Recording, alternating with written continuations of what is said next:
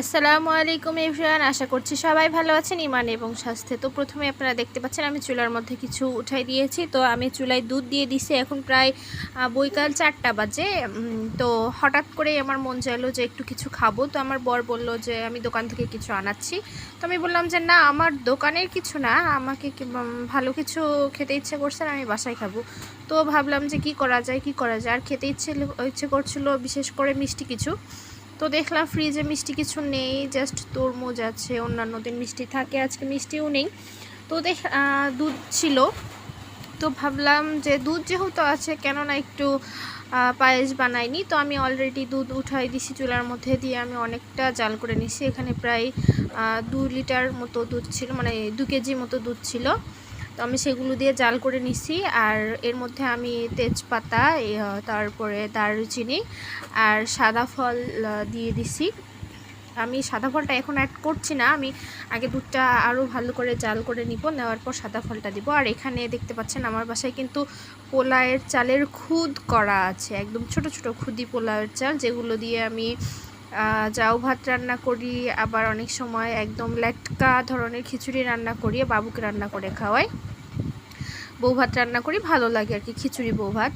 তো ভাবলাম যে এটা দিয়েই যদি আমি পায়েসটা রান্না করি তাহলে দেখা যাচ্ছে যে অনেক ছোট ছোট হবে আর ভালো হবে।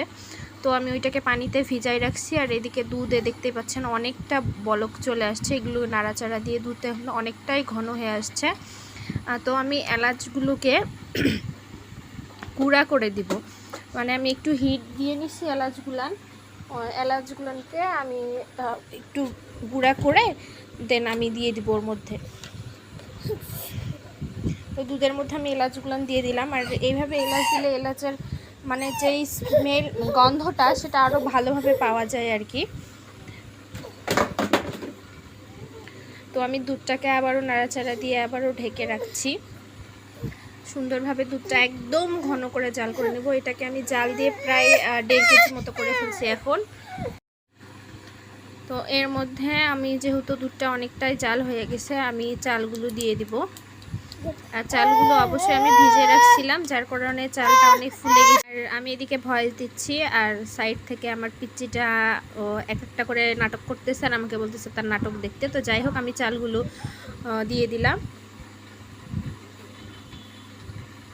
তো এখন আমি আবার ঢাকনা দিয়ে দেবো, একটু নাড়াচাড়া দিয়ে দেবো, চালগুলোকে একদম ফুটতে দেব।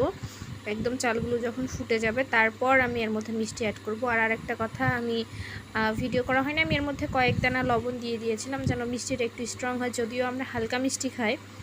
তো তারপরেও 2-1টা লবণ দিয়ে দিচ্ছি। এটা আমাদের মা নানিদের কথা যে মিষ্টি কিছু রান্না করতে গেলে নাকি একটু লবণ দিলে মিষ্টিটা একটু গাঢ় হয়।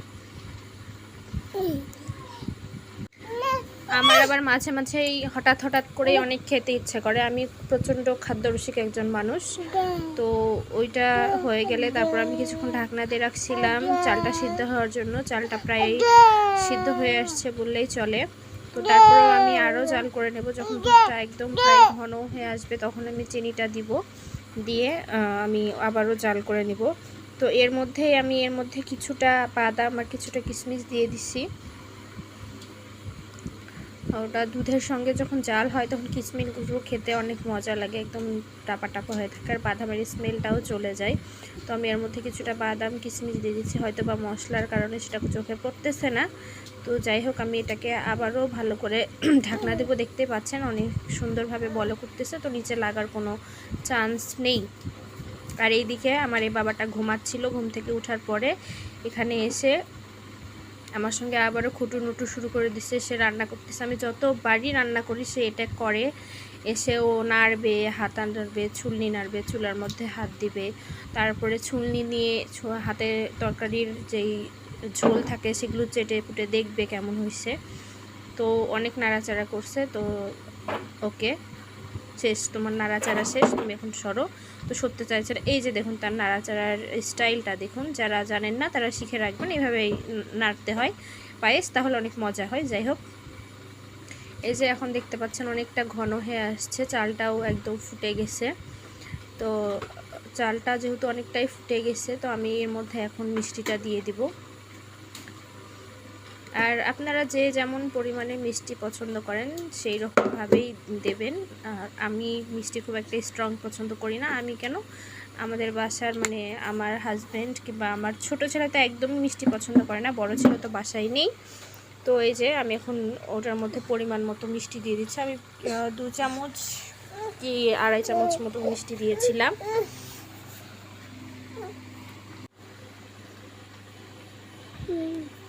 তো মিষ্টিটা দিয়েও এখন অনেকটা জাল করে নিতে হবে, কারণ আপনারা সবাই জানেন পায়েসে চিনিটা দেওয়ার পরে পায়েসটা অনেকটা পাতলা হয়ে আসে, কারণ চিনির একটা পানি ছেড়ে দেয়। তো আবারও সেটাকে খুব সুন্দরভাবে জাল করতে হয়। তো আমি এটাকে খুব সুন্দরভাবে জাল করে নিচ্ছি, আবারও জাল করে নিয়ে তারপর করব। তো পায়েস রান্না পায়েসটা আসলে ধৈর্যের ব্যাপার। আপনি যত ভালোভাবে দুধটা জাল করবেন, দুধটা যত ভালো হবে, পায়েসের স্বাদটাও ঠিক ততটাই ভালো আসে আর কি। সেটা দুধের উপর ডিপেন্ড করে আর দুধের জালের উপরে। তো চট করে যখন খেতে ইচ্ছে করে তখন এভাবেই খেতে হয়, কিছু করার নেই। তো আমি বেশ ভালোভাবে নাড়াচাড়া করে পায়েসটাকে আবারও একটু ঢাকনা দেব। দেন এটাকে অনেক ঘন করে জাল করার জন্য আমি এটাকে ঢাকনা দিয়ে দেব। আর বেসিক্যালি পায়েস সবাই রান্না করতে জানে, এটার জন্য আমার কোনো ট্রিপ কিছুই নেই, কারণ আমিও এখনও অতটা পারফেক্টভাবে পায়েস রান্না করতে পারি না। যা পারি সেটাতে চলে যায় আর কি। আমার থেকেও অনেক স্বাদের, অনেক মজার, অনেক বিভিন্ন ক্যাটাগরির পায়েস অনেকেই রান্না করতে জানে, তো সেটা আমি হিসাবে ধরছি না। তো এখানে আবার আমার বাবাটা চলে এসছে, আমার এই চুলা টুলা মানে যা আছে সে উনি ভাঙচুর অভিযান শুরু করে দিয়েছে আর কি। চুলায় মারতেছে, আমার হাঁটুতে মারতেছে, তো বলাই যায় না। মানে উনাকে আমি নাড়তে দিচ্ছি না, এটাই ওনার রাগ। উনি চামিচ নিয়ে চলে আসছে বাড়ি টাড়ি দেওয়ার জন্য। তো ওনার ভাঙচুর অভিযান চালু আছে। তারপরে ওনার বাবার কাছে ওনাকে পাঠাই দিছি, আমি দোলনায় বসাই দিছি। তো আমি যখন ভয়েস ওভার দিচ্ছিলাম তখন কিন্তু চারিদিক বৃষ্টি হচ্ছিল, তো মন চাচ্ছিল খিচুড়ি খিচুড়ি। এরই মধ্যে দেখি আমার বর খিচুড়ি নিয়ে হাজির। তো যাই হোক, মাঝে মাঝে সে মনের কথাটা বোঝে, তার জন্য ধন্যবাদ। তো এখানে আমি বাবুকে দোলনায় বসাই দিছি। ও ছোটোবেলাতে সবসময় দোলনাতেই থাকতো, ঘুমাইতো। এখন হঠাৎ করে মাঝখানে দেখা যাচ্ছে 2-3 মাস ওকে আমি দোলনায় বসাইনি, তারপর থেকে প্রচুর ভয় করে। আর এদিকে দেখতেই পাচ্ছেন আমার পায়েসটা একদম রেডি। এর মধ্যে আমি সামান্য জাফরানও দিয়ে দিছিলাম। তো আমি লাস্ট টাইম এর মধ্যে সামান্য একটু গুঁড়া দুধ দিয়ে দিয়েছি, আমি ডানোর দুধটা দিয়েছি। তো দিয়ে এখন আমি এই দুধটাকে একটু জাল করে নিয়ে নামাই নিব। আমার পায়েস প্রায় রেডি, প্রায় না, রেডি বললেই চলে। তো পায়েস কিন্তু গরম গরম খেতে একদম ভালো লাগে না, ওইটা কিন্তু ঠান্ডায় বেশি মজা লাগে। তো জাফরানের কালারটা একটু উলটপালট দেখা যাচ্ছে, যাই হোক সেটা ক্যামেরার বা আমার ভিডিও করার মধ্যে কোনো কারণে এরকম হয়ে গেছে। তো জাফরানের কালারটা অনেক সুন্দর ছিল আর একটা ঘ্রাণ আসতেছিল। তো আমি দুধগুলোকে ভালোভাবে নাড়াচাড়া দিয়ে মিক্সড করে নিচ্ছিলাম, কারণ শেষ পর্যায়ে দুধটা দিলে হয় কি একটা ভালো একটা গন্ধ আসে আর অনেকটা ঘন হয়ে আসে। তো সেই ক্ষেত্রে দুধটা দিলে ভালো লাগে আর কি, মজা লাগে, যার কারণে আমি দুধটা দিয়ে দিলাম। আর আপনারা বুঝতেই পাচ্ছেন যে আমার পায়েসের দুধটা কোন পর্যন্ত ছিল, হাঁড়িতে দেখতেই পাচ্ছেন।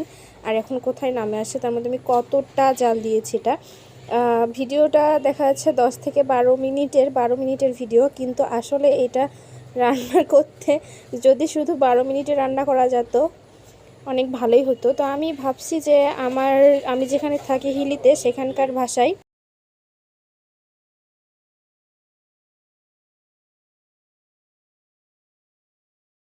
এখানকার একটা ভাষা আছে, সেই ভাষায় আমি একটা ভিডিও ছাড়বো। তো আসলে আমার সেই ভাষাটা কেমন হবে আমি জানি না। যদি আপনাদের আগ্রহ থাকে তাহলে অবশ্যই কমেন্ট বক্সে জানাই দেবেন। আমার ভিডিওটাতে একটা লাইক, একটা শেয়ার আর অবশ্যই চ্যানেলটা সাবস্ক্রাইব করে দেবেন।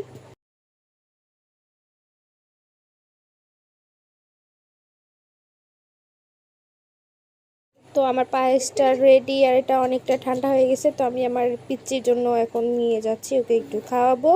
আর পিচ্চি একটু অসুস্থ, ওর জন্য সবাই একটু দোয়া করে দিবেন।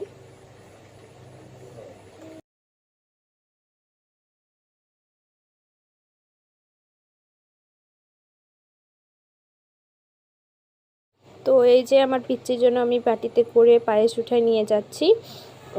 যেহেতু ঘুমাইছিল আর শরীরটা খারাপ, সারাদিন কিছু খায়নি। তো ওকে আমি পায়েসটা খাওয়াবো, যেহেতু ও মিষ্টি একটা পছন্দ করে না, তারপরেও চেষ্টা করবো যতটুকু খাওয়াতে পারি। ও সবসময় না না না বলে, তারপরেও জোর জবরদস্তি করে মিষ্টি কিছু খাওয়াতে হয়।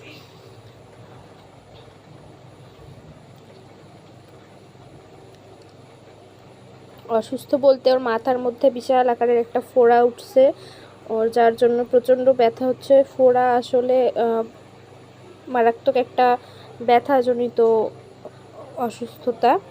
তো এই যে আমার পিচ্চি দেখতেই পাচ্ছেন, ওর মাথার এক পাশের চুল রয়ে গেছে যেখানে ফোড়া এসছে, আর বাদ বাকি চুলটা কাটে দিছি।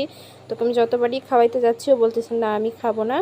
দেন তারপরে ওকে আমি একটু করে খাওয়ালাম, ও একটু করে খাচ্ছিল। ও সুন্দরভাবে এখন থেকে এক্সপ্রেশন দেয়, কিন্তু যখনই আমি ওর ভিডিও করতে যাই মানে সুন্দরভাবে এক্সপ্রেশন এলাও, চেহারা অনেক সুন্দর চেহারা বানায় খাবার পরে, তো তখন আর ও ওই চেহারাগুলো বানাইতে চায় না। যা আমি ওকে বলতেছিলাম বাবা একটু বলো কেমন হয়েছে, তো না, ও মা আম্মু বাবার ছবি দেখতেছিল, মোবাইল নিয়ে আম্মু বাবার ছবি দেখতেছে।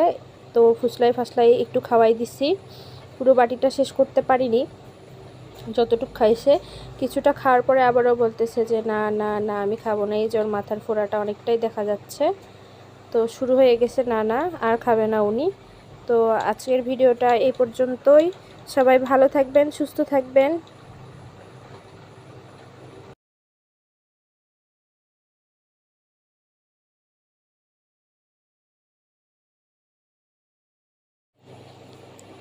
আর সব সময় সবার জন্য দোয়া করবেন, মা বাবাকে ভালোবাসবেন।